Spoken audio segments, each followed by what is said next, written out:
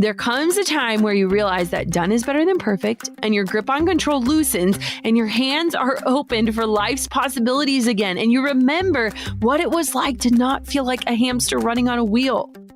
Hey, my name is Jenna Kutcher, and I am obsessed with all things business, marketing, numbers, and helping you to navigate both the messy and the magical seasons of this thing called life. I'm a small-town mama who took a $300 camera, grew a successful photo biz, and now I work from home and run a 7-figure online business. I teach you the tried and true secrets to building a career you adore. Shy away from the real talk? No way. Money, hardship, growth, loss, and marketing are all topics we discuss here. Think of this as your one-stop shop for happy hour with a gal pal mixed with business school. Pull up a seat, make sure you're cozy, and get ready to be challenged and encouraged while you learn. This is the Goal Digger Podcast. You know what they say, hindsight is always 20/20. And honestly, it's kind of funny looking back at life and realizing just how many things we could have done better, streamlined sooner, or simply made smarter decisions about.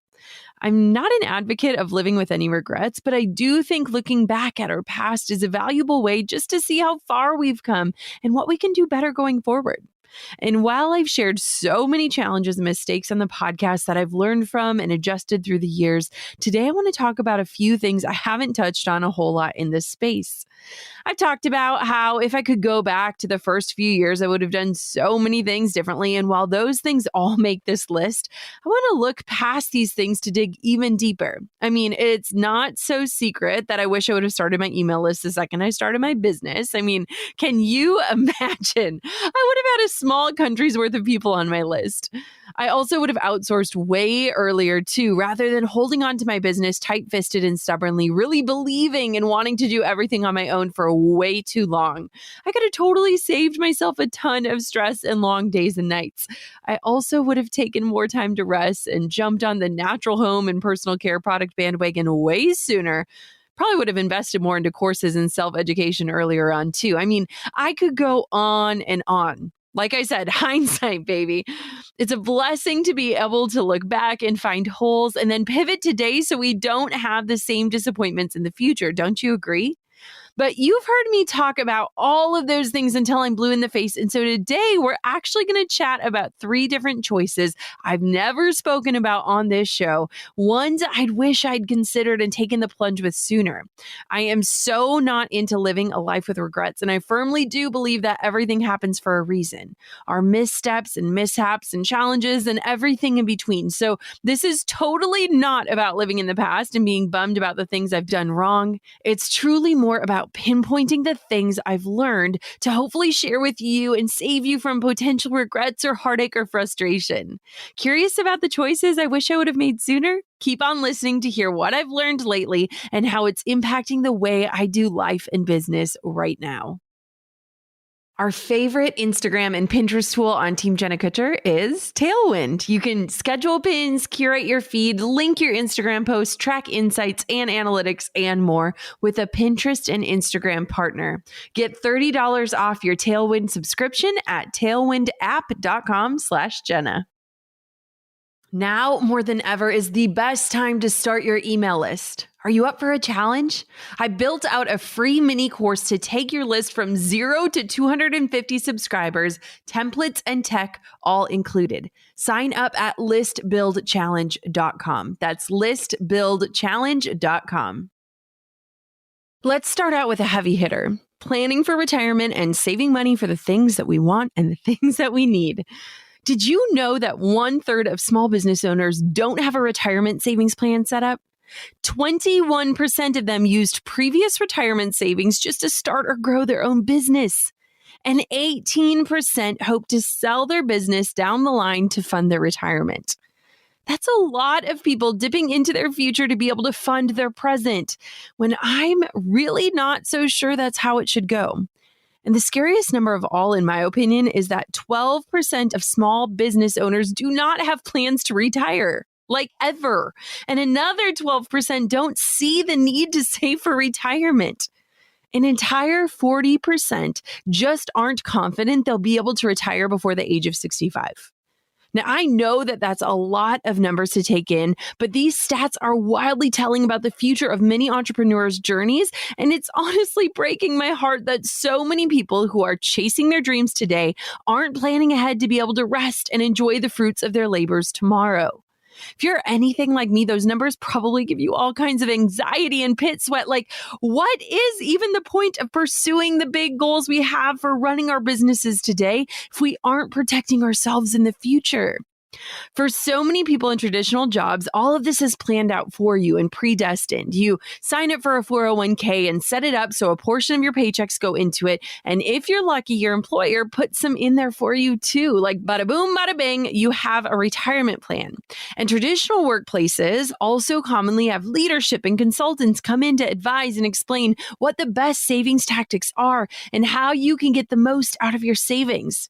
It's almost a non-negotiable to get all of this set up. But as an entrepreneur, it can feel like a choose your own adventure style process. And a lot of people choose to forgo the adventure because there's too much on their plates to handle in the present to be concerned about their future. There's always this feeling of someday, like when you make a certain amount of money, when you can afford a financial advisor, when you pay off your debt, when. And this mentality is harmful because saving for retirement works in a way where it compounds over time. So it's vital to begin saving as early as possible to be in the best position whenever you do end up wanting to retire. Once I started to save for retirement, I started to see that I was responsible for my future and that I had to be the one in total pursuit of it right now.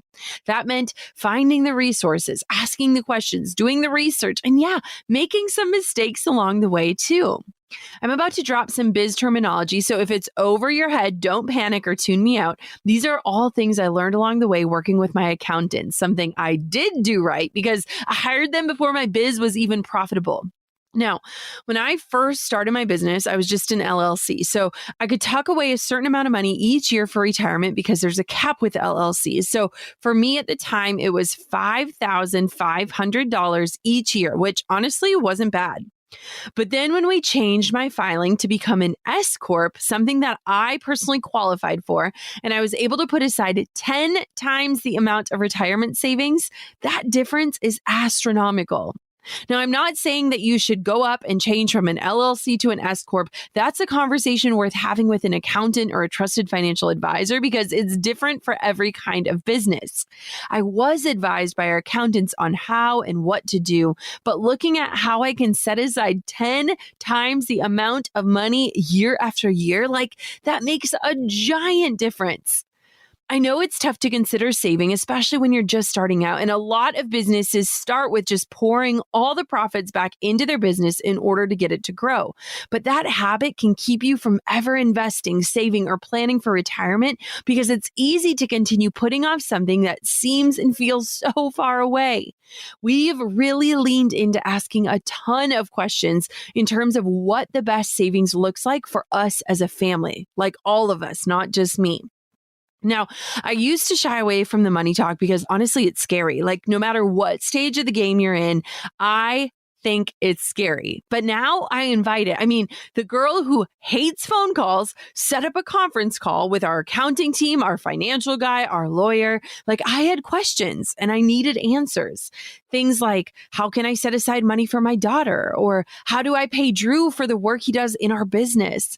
I actually added both Drew and Conley to our payroll to get paid for the services they bring to the business. Yes, both of them provide us services. Did you know that? Drew shoots pretty much all of my content, and Coco was in some of our paid sponsorships for social media. I'm sure you've seen her sweet face on my feed, and guess what? She has gotten every single penny of any sponsored content that she's appeared in. It feels weird that a 1-year-old has a 401k and is on payroll, and we're still navigating how we actually feel about that and how we want to navigate these waters in the future. But our child has more in her savings account than 98% of grown adults. And hopefully someday she won't fault us for getting paid to sleep in a DockATot and that we were able to just tuck away that money for her future. Every penny, it's so important to me as a mom that I am creating generational wealth.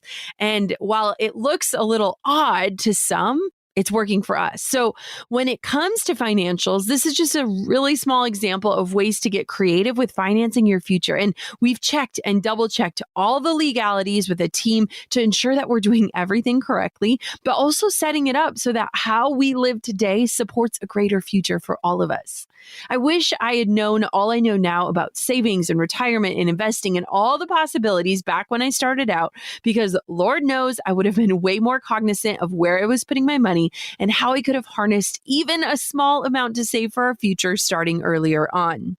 On the same note of saving for our retirement, I've also learned that planning for the future entails living a life right now that we'll be proud of in the future. I used to be too scared to spend money on things I like or that would make my life more convenient. But honestly, we work too dang hard to not enjoy the fruits of our labor. In moderation, of course. I just know that we want to be set up well for a future, but also not live in fear or restriction in the right now. And so finding that delicate balance of enjoying our blessings today while planning for the future has been such a valuable lesson in living life with an abundance mindset. On to the next thing I wish I would have embraced sooner. I've talked a lot about how hiring was a tough concept for me, but it's more than just hiring. It's the idea that I've always had a hard time letting go of control and passing off what I consider my responsibilities into the hands of anyone else, even the people that I know, love, and trust. I mean, this business is my baby. For 5 years, I've worked alone day and night. I've wore all the hats. I've done all the things, made all the decisions. It was just me and me alone. I was recently at an event chatting with a handful of you, and we had some conversations about where you're at. Spoiler, those conversations inspired this episode. As we talked, I noticed a trend. Some of you listening today, you've done the thing. You started the business, you created the website, you grew the Instagram, but now you're realizing that you only get paid when you show up, and that the moment that you stop, it all stops. And that's not a good feeling, right? Like, isn't success supposed to feel different than burnout? Listen to me, I get it. We are all control freaks because guess what? We care. And that is so dang beautiful and likely why you're successful at what you do in the first place. All good things. But there comes a time where you realize that done is better than perfect and your grip on control loosens and your hands are opened for life's possibilities again. And you remember what it was like to not feel like a hamster running on a wheel. It has always been a challenge for me to pass the torch and trust that things are totally just going to explode and not implode. I know it's like dramatic much, right, Jenna? But for real, it's just been something that's taken me a long time to fully understand that support is a good thing. Accepting help is wise, and trusting others is actually the best way to grow my business and give me the thing that I ultimately want: success. I had to have a lot of mindset shifts to get over the fear of trading money to get back time and to trust that hiring someone who loves to do the things that I hate to do is better than me muscling my way through, and that having something get done close to how I do it is better than me waiting to pursue that next idea for lack of time. It was a slow transition going from absolutely not wanting to outsource a single thing to hiring one person to two to now having a team over 10 and finally being in a place where I myself am the visionary, the overseer who still has a hand in every single aspect of my business, who still has that same heart and desire for impact, but who isn't the one managing and implementing all the things on a day-to-day basis. Are you showing up for your audience right now? Because I know that they need to hear from you, but I also know that creating new content when you can't leave the four walls of your home seems like an impossible task. How about this? Try building out your Instagram feed with Tailwind. Start a free trial at tailwindapp.com/Jenna and dive into the dashboard.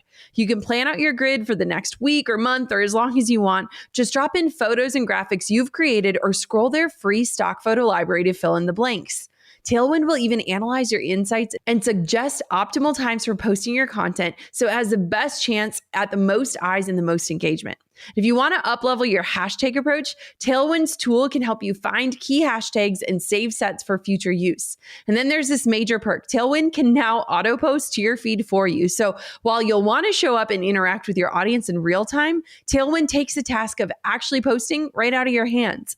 Plus, with the Tailwind Smart Bio feature, you can link up all of the photos in your feed. That's right, no swipe up feature needed. You can get your audience clicking on your links without having 10,000 followers. That's what what we use for the Gold Digger Podcast Instagram account. So I know that you're going to love it too.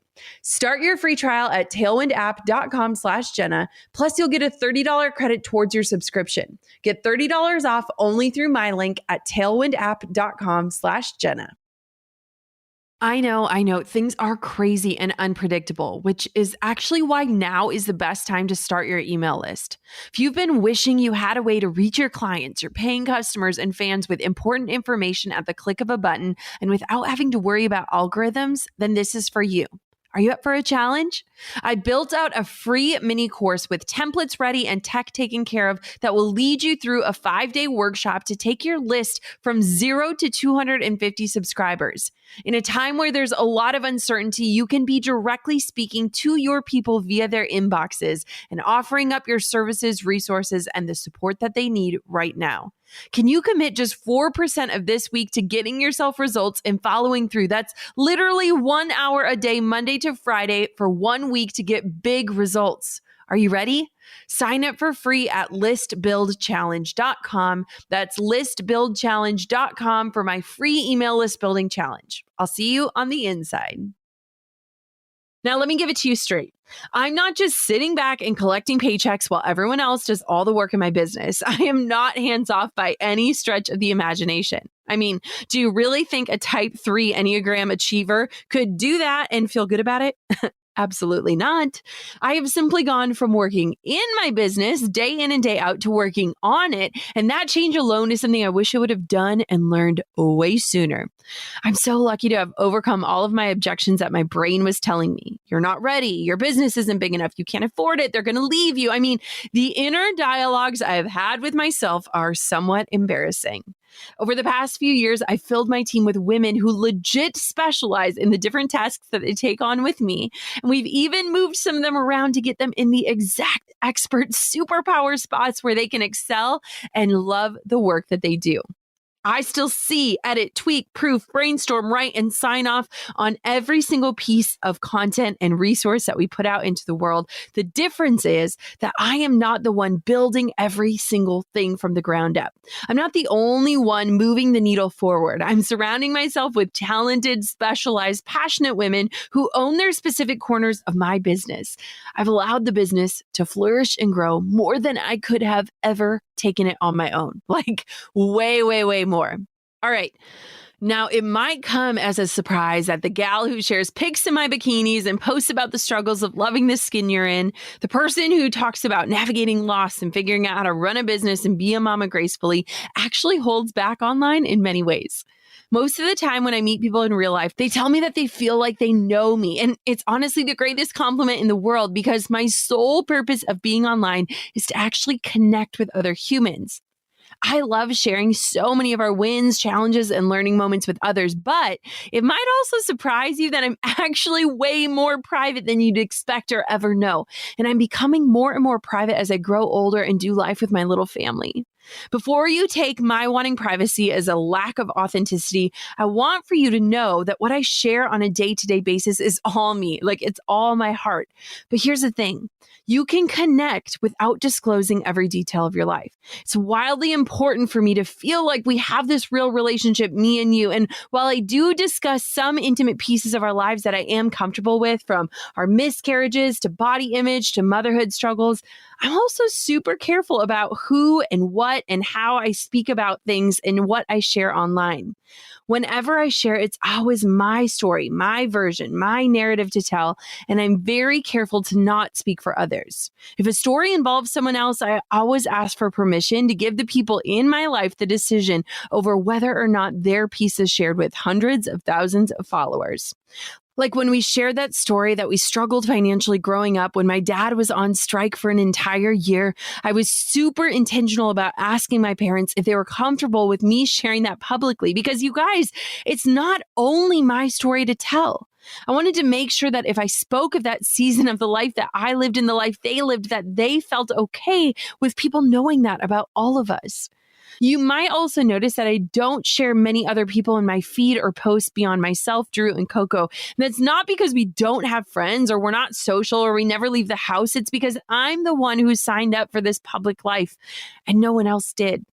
I'm really careful about tagging friends and family. I always ask for permission before sharing other people in photos. I mean, really what it comes down to is that it's my feed and my story. I realize that sometimes it might seem like I'm only with my family or only home on the couch or only in Hawaii at the beach, but I have pretty big intentional boundaries about putting my phone away when we're on a date night or out with friends or with family on vacation. I've had my people tell me that it surprised them that I legit just left my phone behind or never pulled it out once in our time together.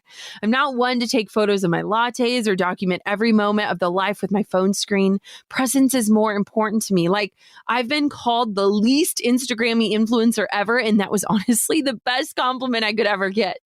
Privacy matters. And the older I get, the more eyes on me and my work, the more private I'm inclined to feel. And this can really become a struggle with the whole notion of authentic marketing, because while I want to protect aspects of my life, I will still always share my authentic heart and story. I think what happened is that the pendulum swung hard with the hashtag authentic movement, and people started to think that keeping it real was airing your dirty laundry out for the rest of the world to see. And I think that I've just learned that I don't always need to disclose every little thing that's happening behind the scenes and in my world. Like, I don't owe anyone an explanation or information. And that is so freeing to remember. If you've forgotten that, remember right now, you don't owe anyone any explanation of your life or your decisions or your choices. My personal approach to authenticity is sharing my true heart and my real feelings, but I also don't air my dirty laundry or disclose personal things with strangers on the internet, like if I'm fighting with Drew or navigating weird family stuff or grieving a personal loss, which, by the way, I face all of those things often. Everyone does, but it's just not something that I think is fair to my loved ones to share with the world. Don't even get me started on the struggle of motherhood and navigating a more public life with a baby. This is the stuff that literally keeps me up at night. And while I definitely don't have all the answers, I want for you to know that I ponder this stuff and I ponder it often. I have tried to be so incredibly thoughtful that anything that I share about Conley is still protecting her while letting people into my life as a mom. I sometimes cringe at the way that I've used social media in the past, feeling like I owed the internet explanations or that intimate moments of our lives had to be blasted into the interwebs because people were following. It's so easy to get caught up in the rush of it all, and wanting to share your moments is natural these days. As a mom, I have definitely dialed back what I choose to share about Conley, and I'm 100% sure that I've messed up here and there. But overall, I believe that her story is hers only to share. And so it's been really challenging for me to navigate what I can share as her mom versus what is simply her story and not mine. And I want to choose how I let people in and celebrate this baby that we prayed for years while still protecting her. Like, if you have this whole thing figured out, holler at your girl. But dang, there is not a guidebook out there for all of that, is there? The point is, it's important to set boundaries and to talk with your loved ones, to establish what you'd feel comfortable sharing with a stranger on an airplane, and to draw lines in the sand of what is just simply off limits. You can be real and authentic without sharing every detail of your life. You can change your mind and shift gears and change the narrative. We are all learning as we go. Am I right? I just wish that I had figured that out way sooner, that I can still keep it real and still maintain a private life that feels safe for myself. I wasn't always so aware of what I was posting and protecting parts of my life, but I think as I've matured, I've realized that the things that are precious to me are sometimes okay to just keep for myself. Well, guys, there you have it. What an array of topics. Am I right? I mean, I went from financials and money talk to mindset shifts around letting go of control to privacy and authenticity online. I mean, life's lessons are not always linear, right? So seriously, are you surprised to hear these things I wish I'd done sooner in life and in business? I think we all realize more about ourselves as we get older. Growing older kind of gives us this new, clearer lens to look back at the mistakes we made as we gain more experience and knowledge under our belts.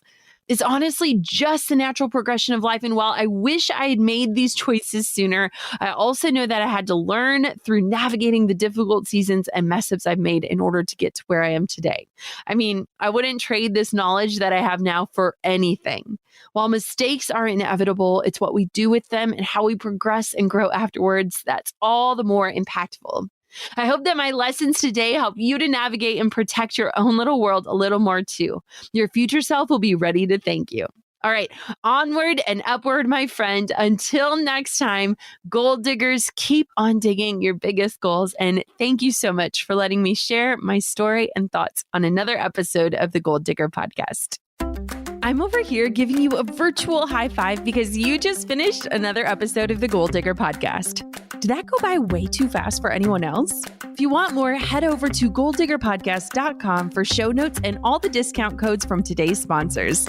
And if you're looking for a new crew of movers and shakers like you to bounce ideas and ask questions, be sure to join my exclusive community for gold diggers on Facebook. The link's waiting for you at golddiggerpodcast.com.